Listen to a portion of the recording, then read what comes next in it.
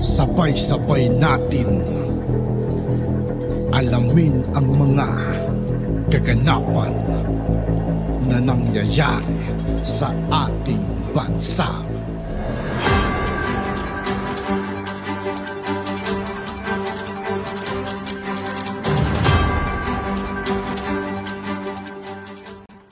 Yo, what's up mga kaibigan? This is I2K po again. Ngayon nandito ulit tayo sa channel ni Pinas News Insider. Dito ulit tayo magbibigay ng komento at reaksyon. Kaya samahan nyo ko guys. Let's go! Ito ang balita ngayon. Viral ngayon sa mundo ng social media. Ang di umano'y balitang Senator Amy Marcos at First Lady Liza Marcos may malalim di umanong hidwaan sa isa't isa. Direktor ng Made in Malacanang na si Direk Daryl Yap ginulat ang taong bayan sa malaking revelasyon tungkol sa di umano'y bangayan ng dalawang Marcos. Pero bago ang lahat, kung bago ka sa lahat ng hindi pa nakasubscribe mga kaibigan kay Pinas News Insider, mag-subscribe na po tayo at huwag nyo rin pong kalimutan mag-subscribe dito sa aking channel. Palamang sa aming channel, please huwag kalimutang mag-subscribe at i-click ang notification bell para mas maging updated pa kayo lalo sa lahat pa ng bagong video na i-upload namin. At eto na nga mga kababayan, matapos sabihin noon na may babaeng ahas sa loob ng Malacanang, sikat na vlogger na si Maharlika may malaking revelasyon patungkol. Ewan ko ba mga kaibigan, si Maharlika mga kaibigan, galit na galit eh. Galit na galit kay First Lady Liza.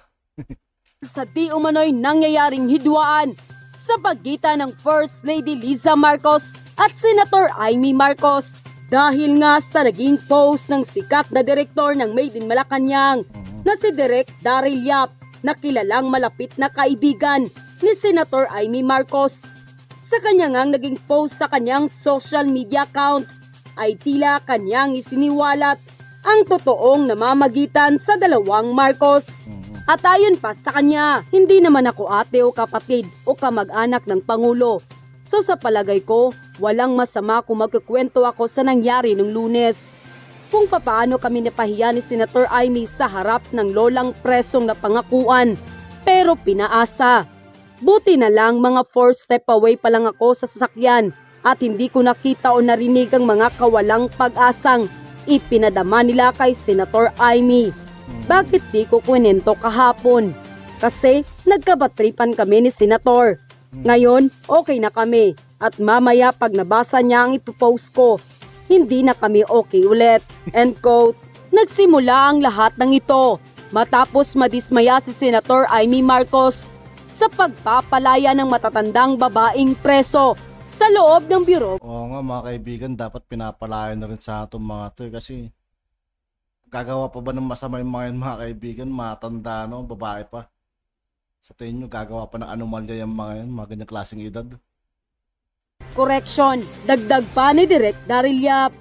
So wag ko na raw i-post pero di pwedeng di ko sasabihin to.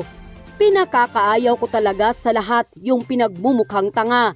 Hindi kasi ako plastic o panggap na mabait, kaya nahihirapan akong tumahimik o gumit na o ano. Magtrabaho na lang, magpagalingan sa larangan ng serbisyo, kasi tiyak ako panalo ang tao dyan. Nakakapagod itong Liza versus Amy, asawa versus kapatid. Wala namang effort ang opisina ni Senator na ikapapahamak ng apelyedo niya. Ang daming drama, di na naawa sa mga matatandang nadamay. Dahil sa insecurities, matatanda na ang mga presong yon, terminally ill na. Dapat bago magpasko may napalaya na last year. From 1,500, ilan na palaya? 10. Di kayo maawa, permahan nyo na.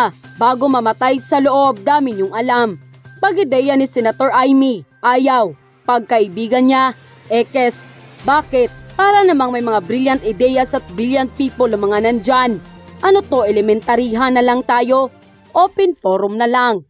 Ang daming nasasayang na pagkakataon, enerhiya at panahon. Puro katsipa na power tripping. Nakakadrain pa yung pailalim na away. Di ako sanay sa ganyan. Nadadamay mga maliliit na tao sa ganyan. Anong akala nyo? Di kayo maliit na tao?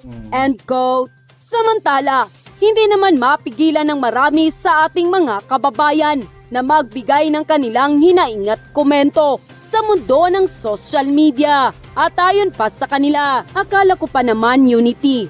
Medyo nga mabagal ang galawan ng Malacanang ngayon. Masyadong mahinhin. PS, I voted for PBBM. Totoo pala na ang First Lady ang nagpapatakbo ng Pilipinas. Ayan, maliwanag ha. Di naman si FL ang binoto, di ba si BBM? May dugong marohas pa din kasi si YP. Dangerous. Mas maganda, let the family solve their family issues. Lalo na kung hindi naman lang professional ang issues. Malamang, may mga personal issues din yan. Let us not add fuel to the fire. Natuwa nga ako sa post ni Unico Iho nung Mother's Day. Kasama doon ng mga sister niya, wife niya at mother nila. Pero yung isa, mother niya lang ang great niya sa post niya. Based dun sa pronouncement ni Senator Amy kanina, kahapon dyan sa Pilipinas, na dismayado siya at nananawagan siya sa kanyang kapatid. Sabi niya sa presidente. Dito na aksyonan itong mga lola, di ba? Na dapat makalaya na at bigyan naman sila ng pangalawang buhay nila na makapiling ang kanilang mga pamilya, ang kanilang mga apo, or iba sa kanila nawala na rin yung kanilang pamilya, namatay na, or kung ano pa man ang nangyari.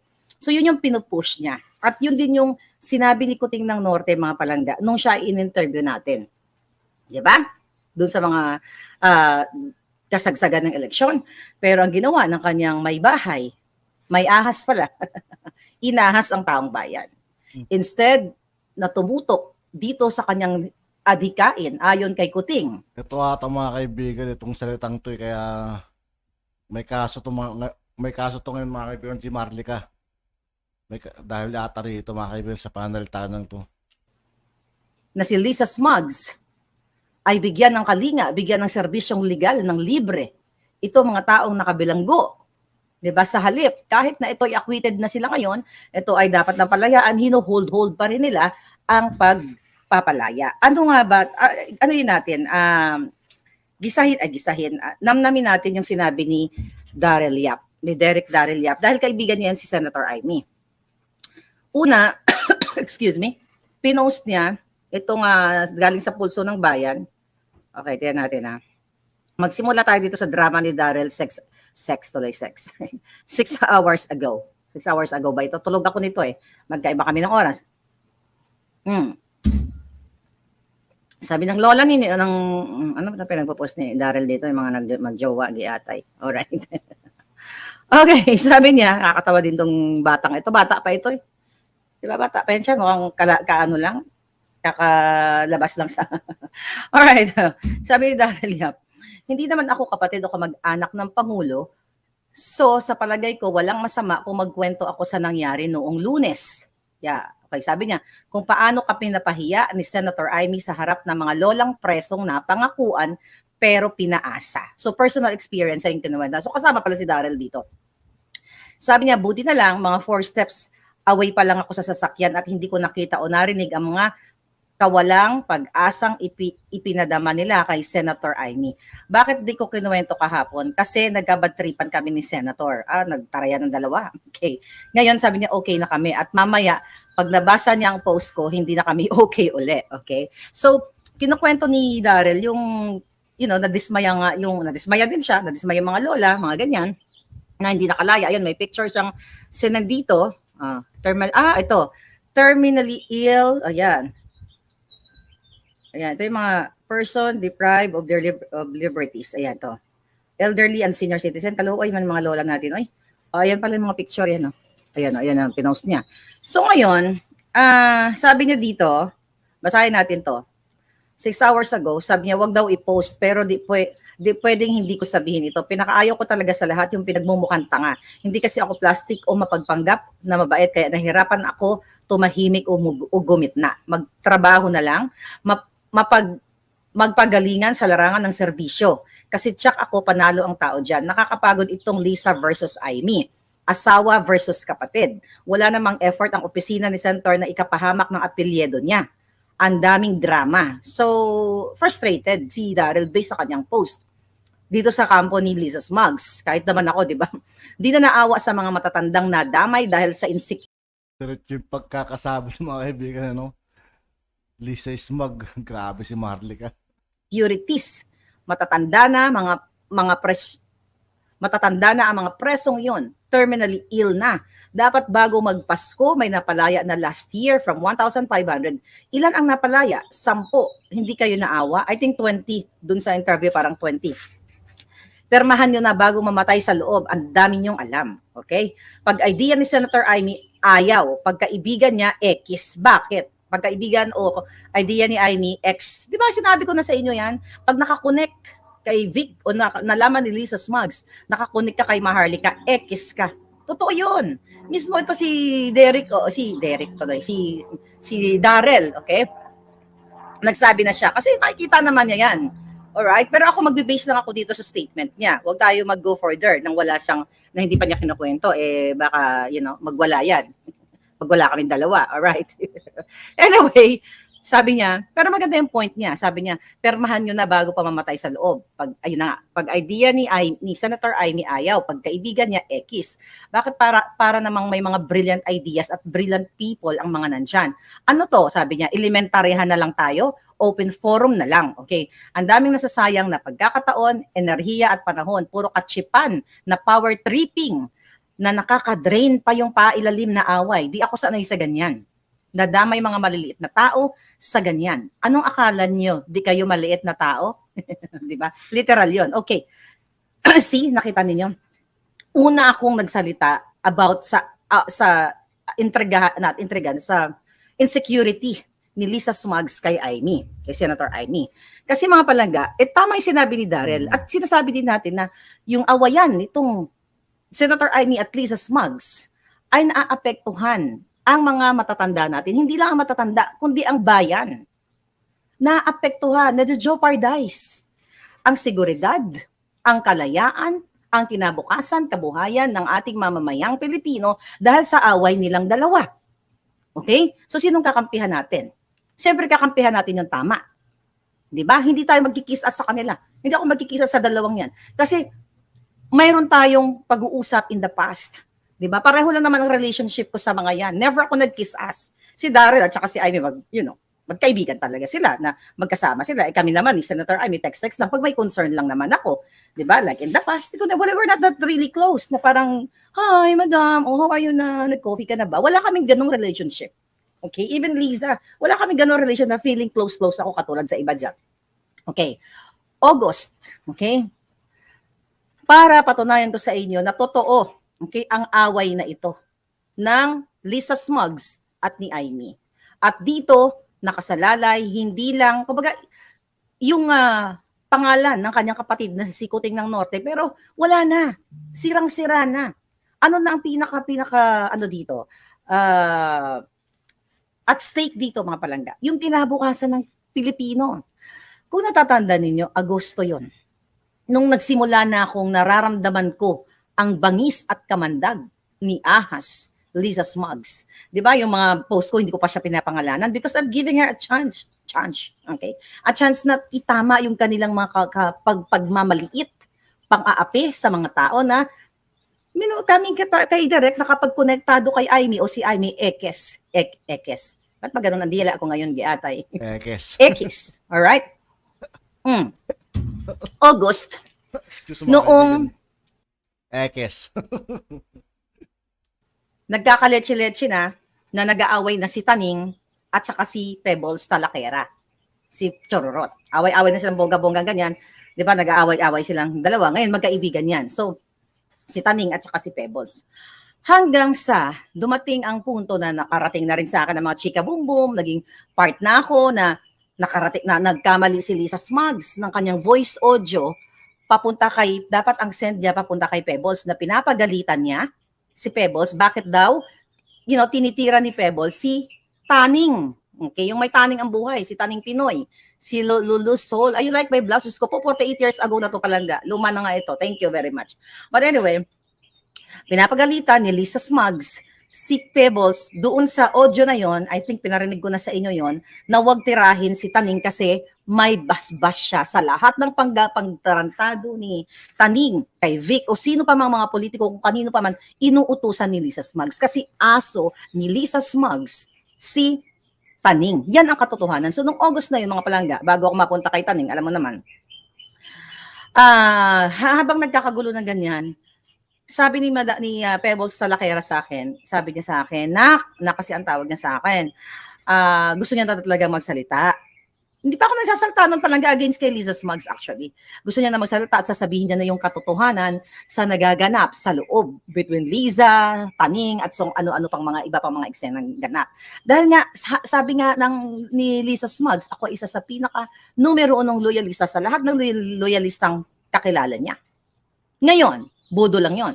Tapos ako bilang isang Marcos supporter, diba, hanggat maaari gusto kong planchahin ang mga away.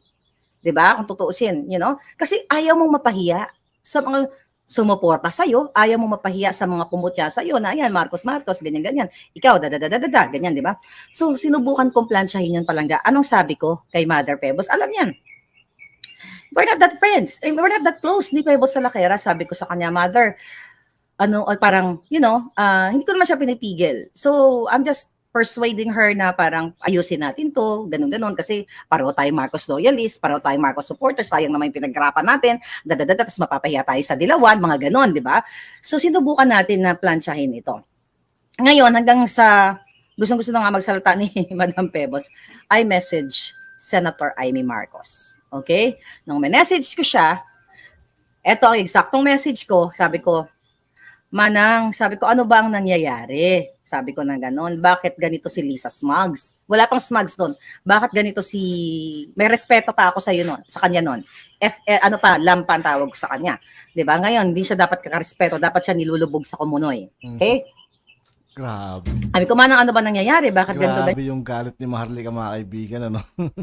Yan, simula pa lang ni Manong. Manong, patawag ko kay Kuting noon. Kasi mula pa lang ni Mamo, Manong, bakit ang daming siraan ng siraan? Bakit ganon? Manang, maybe you can do something. Parang, you know, kasi presidential sister siya eh. Ano sagot ni Senator Amy dyan? Ay, naku, Maharlika. Okay? Nandito lang ako sa tabi-tabi. Wala akong power. Masyadong insecure si Lisa sa akin. Nung narinig ko yun, nung Agosto 2022, nakasabi ko, oh my gosh, sabi ko na gano'n. Paano naman yung paano naman yung mga concern ng taong bayan na mismo yung presidential sister walang power. Ibig sabihin, hindi siya pinapakinggan ng kanyang kapatid na si Kuting ng Norte kasi nga under siya ni Lisa Smugs. You know what I mean? So, 100% kahit ipatawag ako sa korte, yung mga julol dyan, kasuhan ka na, ganyan, kasuhan ka na ni Lisa, takot niya lang. Baka gusto niyang malabas ang lahat ng baho niya. Okay? So ngayon, sumagot si Manang Amy kasi Manang ang tawag ko sa kanya, you know, Senator Manang. Kasi 'di ba 'yan ang niya, yung kanyang ang pagkakakalalan sa kanya, dahil yan ang ginagawa. Ang saltang Manang kasi, mga kaibigan, Ilocano yun, mga kaibigan, yung saltang Manang. Sa Tagalog, mga kaibigan, ate. Gamit niyang parantag. Sabi ko, sabi ko, Manang, I'm worried, sabi ko. Kinakabahan ako. Something to that effect yung text ko sa kanya. Kasi, sabi ko, magsasalita si Pebbles Chororot Tusok Talakera. Ay, Mother, shout out. I think nasa Thailand siya ngayon. Nung tinext ko siya, si Senator Amy, na worried ako kasi magsasalita si Pebbles kung ano yung nalalaman niya. Okay? Ako never pa ako nagsalita. Ano sabi ni Senator Amy? Alin yun? Yung nagpabili si Lisa ng shabu? Yan ang yan ata, mga kaibigan, ano. Shabu na kasi tinutukoy dito, mga kaibigan. Grabe, ano, grabe kung mapagsalta si Maharlika.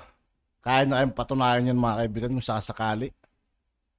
Eksaktong sinabi ni Senator Amy sa text. Ano yun, Maharlika? Yung ilalabas, ang ibig sabihin, tanong ko, ano yung ilalabas ni Pebbles? Nung nagpabili si Lisa ng pulburon, so nawindang ako. I did not mention any pulburon or shabu or whatever. Di ba? Tapos, syempre, ang lola ninyo. Ano ang sabi ko kay Pebbles? Mother, inutusan ka ba bumili ng pulburon? Sabi niya, nak, hindi ako yun. So parang naloka. So yun yung pwede ko lang, hanggang dun lang yung kwentong ma-share ko sa inyo, na nawindang talaga ako. Sabi ko, hindi yon. So kaya nga, Pag nahuli siguro to mga kaibigan si Maharlika, ano, kaya, ang tanong dyan talaga mga kaibigan, kaya niya kayong patunayan yung salitang yun mga kaibigan? Yung si First Lady raw mga kaibigan, nagpabli daw ng shabu. Yun ay galing kay Maharlika mga kaibigan. Naku po. yung pulburon, tanong natin kay Senator Amy. Baka naman Senator Amy, pwede mo nang ibulat-lat yan sa buong mundo. Pero ang bottom line dito, is not really about kung gumagamit sila ng pulburon, di ba? Hindi confirm yan Mga palangga, sa ganitong awayan, hindi naman sila nag-aaway lang na magkakapit bahay dahil nagkairingan, tapos later on magbabati. Nang walang naaapektuhang kinabukasan ng mga matatanda, mga elderly. Na-concern din si Daryl, na-concern din Senator Amy, na-concern din tayo.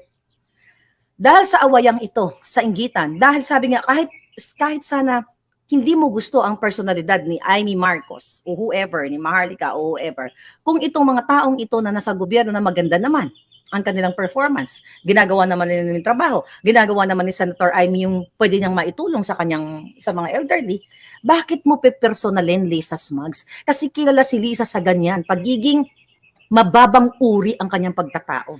Talo pa ang mga nasa katira sa pusali. First Lady, pero tinatawag niya mababang uri, ano? Grabe si Maharlika, grabe. Di ba? You know what? Yung sinulagi natin naririnig sa mga pelikula, nababagay ka sa pusali. Somehow, yung mga nakatira sa pusali na tinatawag natin sa mga rin sa pelikula, mas maganda pa ang pagkatao dito kay Liza Smugs na nakikipag-business partner sa mga smugglers kay Michael Ma. Mga palangga, paano mo nyo didepensahan ngayon? O yung mga loyalista dyan? Paano didepensahan ngayon na mismo si Senator Amy Marcos, alright? Okay? Ay ginagago ng kanyang sister-in-law at ng kanyang kapatid. At yun na nga mga kababayan. At yun nga po mga kaibigan, dito po nagtatapos ang ating reaction video. Muli, ako po si I2K ng Sundalo ng Dunggalo at 811. Maraming salamat sa patuloy na pagsuporta. Yeah. Peace out.